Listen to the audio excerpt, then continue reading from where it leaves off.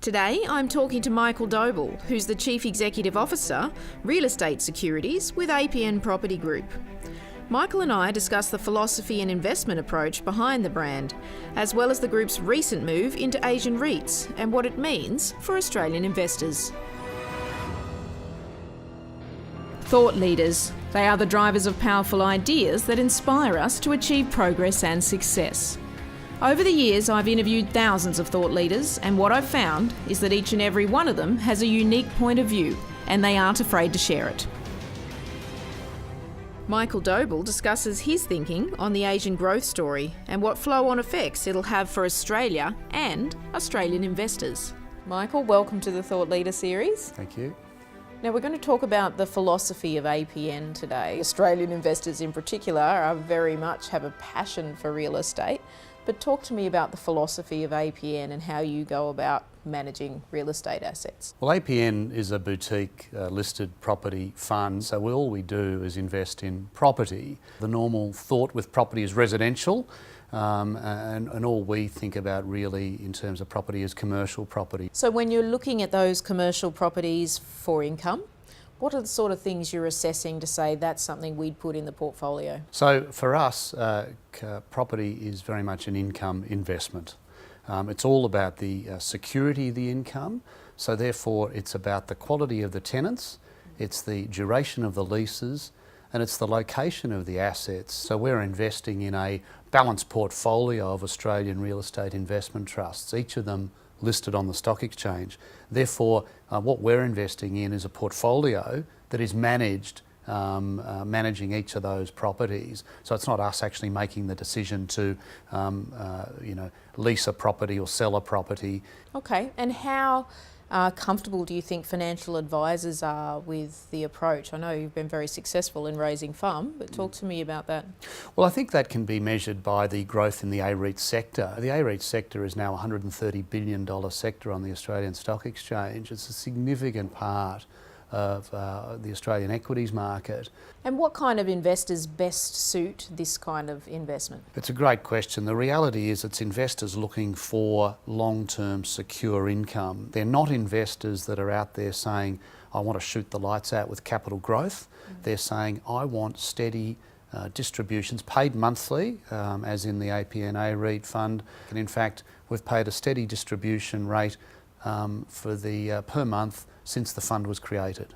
And do most investors take the yield of the monthly distribution and reinvest or take the money? Only a small proportion actually reinvest. So it tells you that our typical investor is probably a retiree who cherishes that monthly distribution that we've been able to maintain through a really strongly rising market. That's very interesting. Can you see the profile of investor expanding to younger people as it becomes harder to find yield and it's harder to make money out of Australian shares and people's properties aren't rising to the point where everybody's a millionaire anymore? Very much so. I mean, it just makes sense, doesn't it? In a lower for longer environment that is probably now to be termed even lower for even longer, if the majority of your total return can be delivered to you in the form of a certain level of income, that is, you invest in a fund like ours and it's a 5.5% yield, you're getting on day one on the way through, you only have to get a couple of percent capital growth on the long term, and you've got a total return that is probably very acceptable and probably going to outperform a lot of other asset classes. So I guess one of your challenges must be to educate people on that opportunity. That's right. It's understanding the fact that we are a fund of funds. We are investing in a whole range of different Australian listed entities that happen to own property. The beauty, of course, of that is that it's tremendous diversification. There's a diversification benefit that is far greater investing in a pool than one property or indeed one AREIT on its own. Yeah. And does this mean that you turn over ownership of properties more often? Our turnover rate actually in the portfolio is exceptionally low. The reason is that we buy and hold for the long term. So we've got a very long-term investment horizon, and we're typically investing in stocks that are going to deliver us long-term secure income. I'm always fascinated by long-term thinking, because I think Australia, and probably in fact most of the Western world, suffers from short-termism. What sort of investor do you think you have to be to have a view that might be a 10 or a 20-year view? That wisdom has probably either come from getting some good advice or through the journey of time, so you might be a bit older. So you understand that, you know, there is no excess return without excess risk. And so by investing in a low risk strategy, I mean, we see A-REITs as a very daggy, boring asset class, and I revel and delight in that reality, because with that boredom comes low risk. How linked is the commercial property market to residential? All of us that own homes are reading, ooh, house prices are flattening, it's not going to keep going up. Is the commercial market linked in any way to residential? No, very different. Retail property operates differently to office property, operates differently to industrial property. Each of them has different drivers, and each of them in different sub-markets has different drivers. And what are some of the biggest challenges that you're facing being a professional money manager in that market now? Well, look, thankfully the way we manage money, not much keeps us up at night, and in fact that should translate through to the way our investors think, because what we're doing is actually investing at the very low risk end of the spectrum. We're not investing in property developers. We're trying to avoid active risky earnings and rather focusing on those portfolios that deliver or that have assets that are paying good rent, steady rent on long-term leases. So you've nailed the Australian market, and you obviously understand how the Australian market works. I know you've launched an Asian REITs fund. Talk to me about the difference between the Australian market and now you're managing this Asian fund. There's a lot of similarities between the Asian market and the Australian market. Indeed, probably the Australian REIT market, A-REIT market, has probably led Asia in terms of its maturity and growth, but the Asian REIT market is very much growing quickly now and catching up. In fact, going past the Australian market in size. You could probably look at Asia and say, in a lot of ways, it's a lower risk market than Australia.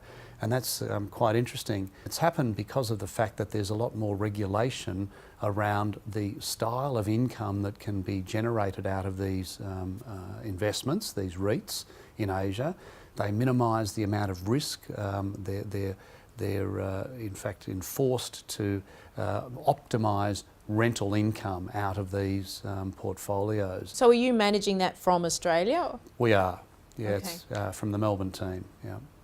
So Singapore, Hong Kong, Japan, they're all, I guess, places where the commercial property market is booming. Yes, they are, and also they're benefiting from that being on the doorstep of China, the booming middle class there, the growing income levels, the urbanisation that's following that is all symptomatic of a very vibrant economy, and that's having spillover benefits into the rest of the region. Can investors expect higher or lower returns than Australia from the Asian REITs fund? As we sit here today, the yield on the Asian REIT fund that we run is actually slightly higher than the APN A-REIT fund. And if you think fundamentally, the growth profile of the region, of the market in Asia, is probably, you know, stronger than that of Australia. We're slowing down here like the rest of the world.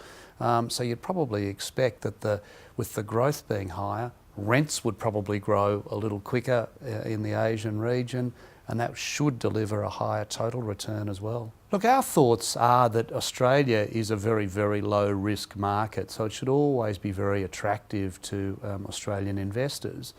I suppose the perspective that we have on asset allocation is that if you're investing globally, I'd recommend that you'd invest in a stronger market as opposed to a weaker market. Michael, it's been very interesting to talk to you today, and you're certainly, I think, changing mindsets. Property is one thing, but what you're doing, I guess, has a totally different subset of questions that need to be answered, but also opportunities for investors of all ages. So thank you very much for talking to us. Thanks very much.